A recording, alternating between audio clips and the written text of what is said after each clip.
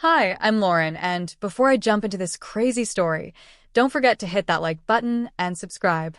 Trust me, you won't want to miss this wild adventure. Now, let me tell you a bit about myself. I'm a 35-year-old single mom, working hard to give my daughter, Kelly, the best life I possibly can. I work as a paralegal, and it's just been the two of us ever since her dad, Scott, decided that being a father wasn't for him. He left when Kelly was just 4 years old. Kelly is 18, and she's the light of my life. She's smart, kind, and beautiful, both inside and out. I'm so proud of the person she's becoming. Recently, Kelly told me about something that made her really excited. Prom. One day after school, she came running into the house with the biggest smile on her face. "Mom, Larry asked me to prom," she squealed. Of course, I was thrilled for her. I hugged her tight and said, "That's amazing, sweetie. We need to find you the perfect dress for the big night."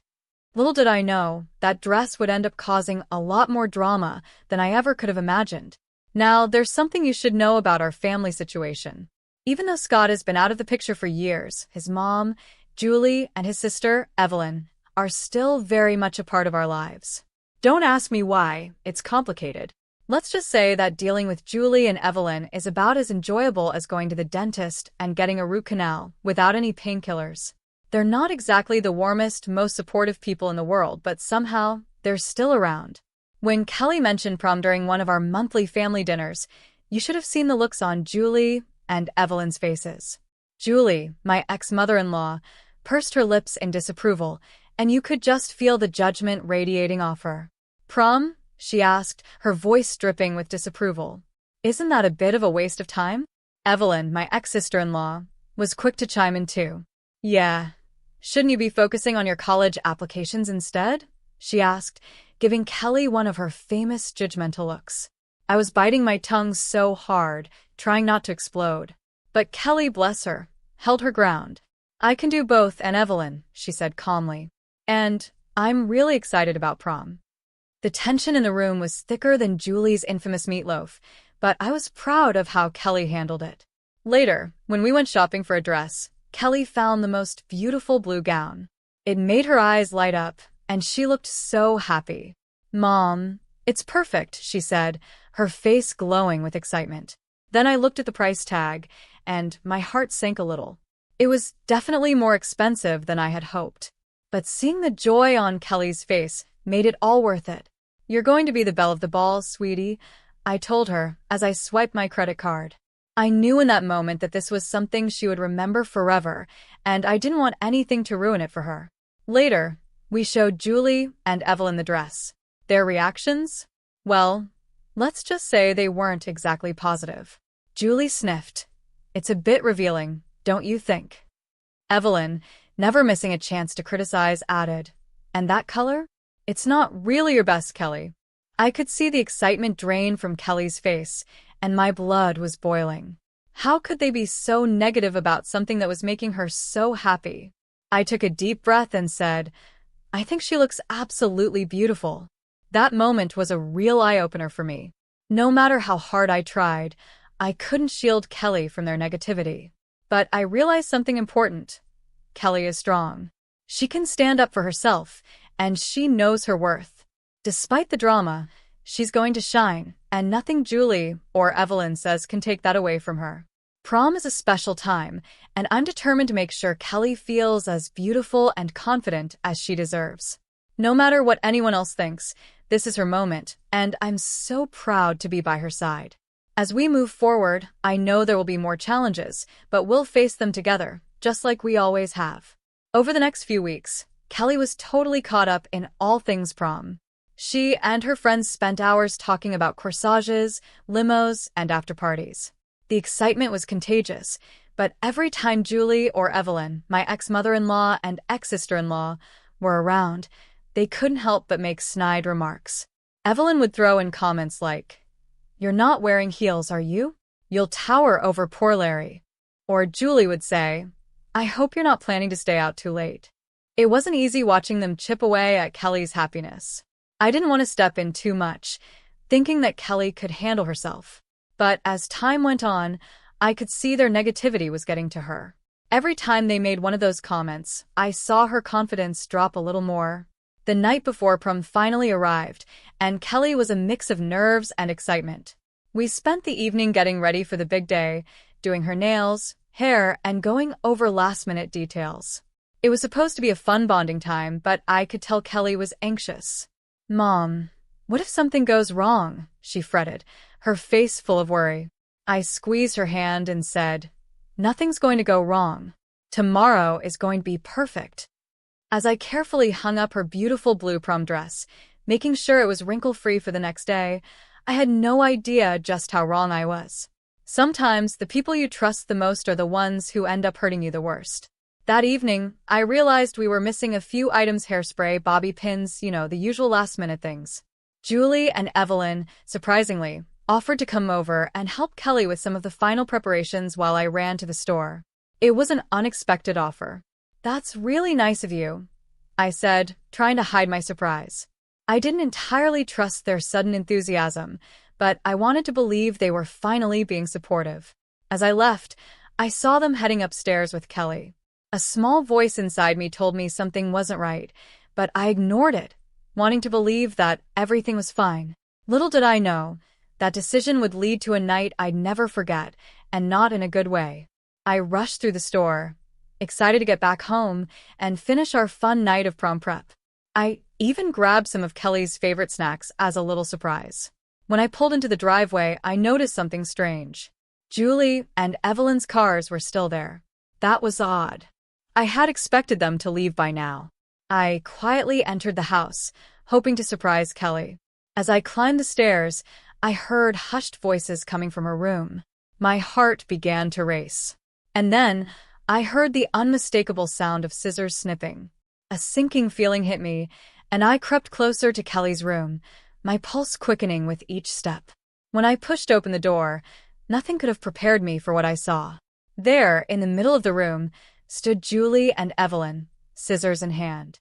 Blue fabric scraps were scattered around them, and on the bed lay my daughter's beautiful prom dress cut into pieces. My heart dropped. "What the hell are you doing?" I screamed, dropping the shopping bags in shock. Julie and Evelyn spun around, their faces pale as they stared at me. "Lauren, we were just..." Evelyn stammered, her voice shaking. "Just what?" I shouted, my voice shaking with anger and disbelief. "Destroying my daughter's dress? Have you completely lost your minds?" Julie, still holding the scissors, looked like a deer caught in headlights. "We were just trying to help," she said weakly, but her words only fueled my rage. "Help? How is cutting up Kelly's dress supposed to help?" I demanded, feeling my blood boil. All I could think about was how hard Kelly had worked to make this night special, how much she had been looking forward to it. And now, her dress, the dress she had fallen in love with, was ruined, thanks to these two. Julie tried to defend herself, mumbling something about how the dress was too revealing and how they thought it was best to make some adjustments, but I wasn't hearing any of it. I was too furious. How could they do this to her? How could they take something so special and destroy it? As I stood there, staring at the wreckage of the dress, I realized I couldn't fix this. No matter what I did, prom night was already tainted by their cruelty. But one thing was clear: I would make sure that Kelly knew her worth, no matter what Julie and Evelyn tried to do. This was their attempt to tear us down, but they didn't realize how strong we were. I was shaking with rage, unable to believe what was happening. Julie, my ex-mother-in-law, stepped forward, her chin raised in that same defiant way she always did when she thought she was right. "We're doing what's best for Kelly," she said. "That dress was inappropriate." "Inappropriate?" I shot back. "It's a prom dress, not some stripper outfit." I couldn't believe the words coming out of her mouth. Prom was supposed to be a magical night for Kelly, and here they were, tearing it apart. Evelyn, my ex-sister-in-law, quickly joined in. "We were just trying to protect her reputation." "You wouldn't understand," she said, her voice full of judgment, as if I was the one who didn't care about my own daughter. At that moment, it all started to make sense. Memories came rushing back: the rude comments about my parenting, the accidental spills on Kelly's favorite clothes, the times they had conveniently forgotten to pick her up from school. It was all clear now. They had been trying to control and sabotage her happiness all along. "You've always been jealous," I said aloud, the realization hitting me hard. "You can't stand to see Kelly happy." Julie scoffed, rolling her eyes. "Don't be ridiculous. We love Kelly." "Love? This isn't love," I fired back. "This is control and manipulation." Before I could say more, I heard a small gasp from the doorway. I turned to see Kelly standing there, her eyes wide with horror. She had just walked in on this entire mess. Her face crumpled as she looked at the shredded pieces of her prom dress. "My dress," she whispered, her voice shaky and full of disbelief. Tears began to well up in her eyes. I rushed over to her and pulled her into a tight hug. "Oh, sweetie, I'm so sorry," I whispered, feeling my heart break for her. Kelly couldn't hold back anymore. She started sobbing in my arms. Through her tears, she looked at Julie and Evelyn. "Why would you do this?" "Grandma?" "Aunt Evelyn? How could you?" Her voice was full of confusion and hurt. Julie, somehow, still had the nerve to act offended. "We were trying to help, dear. That dress was much too revealing for someone your age." "Get out," I growled, my voice low but steady. I had had enough. "Get out of my house right now." Evelyn tried to protest. "But we were just out," I yelled, pointing to the door, my voice leaving no room for argument. Julie and Evelyn quickly grabbed their things and scurried out like the snakes they were. As soon as they were gone, I turned my attention back to Kelly, who was still crying. She looked up at me, her face full of worry. "What am I going to do, Mom? Prom's tomorrow, and my dress is ruined." I held her tight, trying to figure out a plan. I didn't know how I was going to fix this. It was late, and all the dress shops would be closed by now. But I couldn't let Kelly down. "We'll figure something out, sweetie. I promise," I said, trying to sound confident even though I had no idea what to do. As I comforted Kelly, one thing became clear in my mind. Julie and Evelyn had gone too far this time. I wasn't going to let them get away with this. They had been manipulating us for years, but this was the final straw. They would face the consequences of their actions. But first, I needed to fix this dress situation. I had less than 48 hours to pull off a miracle. Talk about a mother's worst nightmare. Eventually, Kelly cried herself to sleep, exhausted from the emotional roller coaster. Once she was resting, I sat at the kitchen table, my mind racing. This wasn't just about a ruined dress anymore. It was about years of bullying and cruelty from Julie and Evelyn. I wasn't going to let them continue to hurt Kelly. I picked up my phone and made a call I hadn't planned on. I dialed Scott, my ex-husband, who hadn't been around much but still needed to know what was happening. "We need to talk." "It's about Kelly," I said. 50 minutes later, Scott was at my door, looking concerned. "What's going on, Lauren?" he asked, his voice serious. I filled him in on everything that had happened: the dress, the years of Julie and Evelyn's behavior, all of it.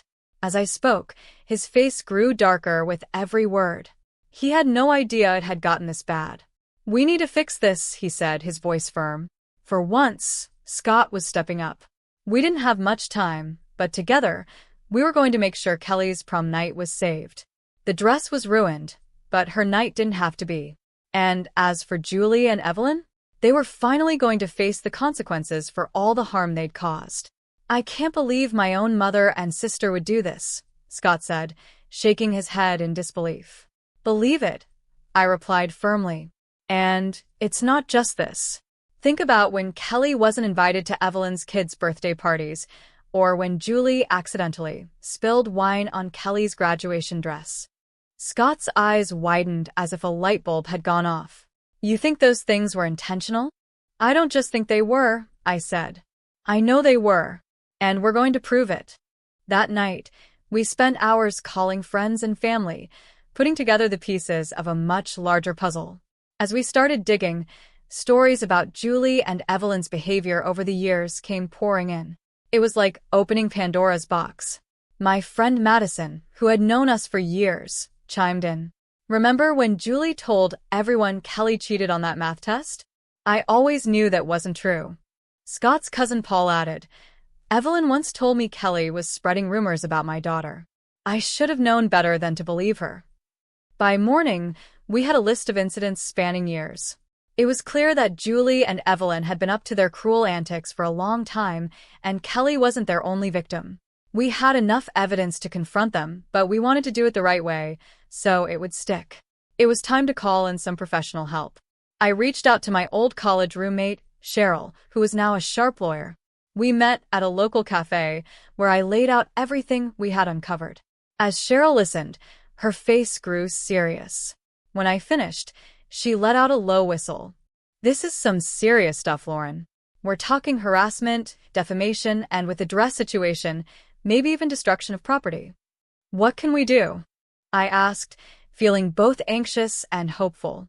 "Well, legally, we could pursue charges," Cheryl explained. "But since it's family, there might be a better way to handle this without going through a long legal battle." That's when an idea hit me. The annual family reunion was coming up in 3 weeks, and everyone would be there, including all the people we'd spoken to. I leaned in closer to Cheryl. "What if we expose them in front of the whole family?" A slow smile spread across Cheryl's face. "Now that's an idea I can get behind. Let's plan this out." Over the next few days, we started working on the plan while helping Kelly get ready for prom. Thankfully, a 48-hour tailor and my emergency credit card saved the day, and we managed to get her a new dress just in time. As we took care of prom details, we also gathered everything we needed for the big reveal at the reunion. We collected photos, screenshots of text messages, and even security camera footage from my house, which clearly showed Julie and Evelyn with Kelly's ruined dress. Scott, determined to help, reached out to extended family members, subtly making sure everyone would be at the reunion. He didn't give away any details, but he hinted that there would be something important to discuss. Madison, who had been a huge help from the beginning, put together a slideshow of all the evidence we had gathered. Paul offered to be our tech guy, making sure everything ran smoothly on the big day. We wanted to make sure Julie and Evelyn couldn't wriggle out of this one. During one of our planning sessions, I said, "We need to make sure they can't deny anything or twist the story." Cheryl nodded in agreement. "I've drafted a statement that details all their actions. After the presentation, we'll give everyone a copy, so there's no confusion." As the reunion day got closer, I felt a mix of nervousness and determination. This confrontation was long overdue. Julie and Evelyn had caused pain for years, but they had no idea what was coming. It was time to put a stop to their toxic behavior, once and for all. The night before the reunion, Kelly came up to me, looking thoughtful. "Mom," she said quietly, "are you sure about this? It seems intense." I looked at her, knowing that she was worried about the fallout. "I'm sure," I said, my voice steady. "They've hurt too many people for too long. It's time they face the consequences of what they've done. This isn't just about you or me, it's about everyone they've manipulated and harmed." Kelly nodded, though I could see she was still processing everything. "I just don't want anyone else to get hurt." I hugged her tightly. "I know, sweetie, but this time, we're doing the right thing. We're standing up for ourselves and for everyone else they've hurt." She took a deep breath and smiled. "Okay, Mom, let's do this." The stage was set and we were ready. Julie and Evelyn were about to face the truth, and this time, they wouldn't be able to hide behind their lies. I hugged Kelly tightly. "Sweetie, sometimes you have to stand up to bullies, even if they're family. Especially when they're family," I said softly. Scott chimed in. "Your mom's right, kiddo. What they did to you isn't okay, and it's time everyone knows the truth." Kelly nodded slowly, taking it all in. "Okay, I trust you guys." As I laid out my outfit for the family reunion that night, I took a deep breath. Tomorrow would change everything. Julie and Evelyn thought they could get away with manipulating and hurting us, but they were about to learn how wrong they were. Scott, who was helping me plan, asked as he was leaving, "Ready for tomorrow?" I nodded, feeling more determined than ever. "More than ready. It's time to end this once and for all. Let the show begin." The day of the family reunion arrived, and my stomach was full of nerves. Kelly, Scott, and I got to the venue early to set up for our presentation with the help of Paul, Scott's cousin. As family members started arriving, I caught sight of Julie and Evelyn. They were all smiles and hugs, acting like nothing had happened. It made my blood boil to see them so carefree after everything they'd done. Once everyone was settled and the reunion was in full swing, I stood up and cleared my throat. Everyone, if I could have your attention, please. There's something important we need to discuss. Julie looked confused, but tried to keep her cool. Lauren, dear, what's this about? I took a deep breath. It's about the years of manipulation, lies, and cruelty that you and Evelyn have inflicted on Kelly and the rest of the family. The room went dead silent. Paul dimmed the lights, and the slideshow began. As the first video clip played, showing Julie and Evelyn cutting up Kelly's prom dress on our security camera, there were gasps from everyone. I continued. Last week, Julie and Evelyn destroyed Kelly's prom dress. The evidence was there for everyone to see clear as day. One by one, we went through incident after incident. We showed the snubs from birthday parties, the ruined clothes, and the rumors they had spread. With each new piece of evidence, the shock and disgust in the room grew. Family members were visibly upset, realizing how far Julie and Evelyn had gone. Evelyn jumped up, trying to defend herself. This is ridiculous. We've never done anything to hurt Kelly, but her words fell flat. The room was no longer on their side. Cousin Isabella spoke up. So, that's why you told me Kelly couldn't come to my wedding? You said she was sick. Was that a lie too? Uncle Timothy added. And the time you told me Kelly was talking bad about my son, that was a lie as well, wasn't it? Julie and Evelyn's faces turned pale. They looked around the room, desperate to find someone to support them. But there were no allies left. Everyone had seen the truth. That's when Cheryl, my lawyer friend, stepped forward, looking every bit the professional. What you've done to this family constitutes harassment and defamation. Not to mention the destruction of property with the prom dress incident. We have grounds for legal action. Julie, still in denial, scoffed. You wouldn't dare. We're family. I stepped forward, my voice firm and steady. Being family doesn't give you the right to treat us like this. You've hurt us for years, and you've hurt Kelly the most. Family is supposed to love and support each other, not tear one another down. Evelyn, now panicking, tried one last time to defend herself. We were just trying to look out for her. I shook my head. No. You were trying to control her. You were trying to control all of us. But not anymore. The room was tense, but the air was different now. People weren't just bystanders anymore, they were standing with us. Julie and Evelyn had finally been exposed for what they truly were, bullies, even to their own family. By the end of the reunion, it was clear that Julie and Evelyn had lost the support they once had. They left the event with their heads down, knowing they could no longer manipulate anyone with their lies. As Kelly, Scott, and I drove home that evening, I felt a weight lift off my shoulders. Justice had been served, and we had stood up for ourselves.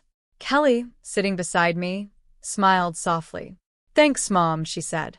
For everything. I smiled back. You deserve to be happy, sweetie. No one's ever going to take that from you again. I looked her straight in the eyes and said, Family doesn't do what you've done. You've left us no choice. The reaction was immediate. Other family members started speaking up, sharing their own stories about how Julie and Evelyn had manipulated them over the years. It was as if a dam had burst. In the end, we didn't have to press charges. The family decided for themselves to cut Julie and Evelyn out of their lives. No more invitations, no more contact. The truth was finally out, and everyone saw Julie and Evelyn for who they really were. Kelly's prom night turned out to be a huge success. She looked absolutely stunning in her new dress, which was even more beautiful than the one they had ruined. She was glowing with happiness. As she was about to leave for the night, she smiled at me and said, Mom, thank you for everything. I hugged her tightly, trying to hold back my tears. Always, sweetie. I'll always have your back. Later that night, I sat quietly reflecting on everything that had happened. I realized something important. Standing up to toxic people, even if their family, is never easy, but it's necessary. We do it not just for ourselves, but for the people we care about. It was hard, but it was the right thing to do. And that's the end of Lauren and Kelly's story. Now, I want to hear from you. Do you think Lauren was right to expose Julie and Evelyn's behavior to the entire family? Or should she have handled it more privately? Is it ever okay to confront family members publicly when they've been toxic? Share your thoughts in the comments below. Your opinion could help others who are dealing with similar family conflicts.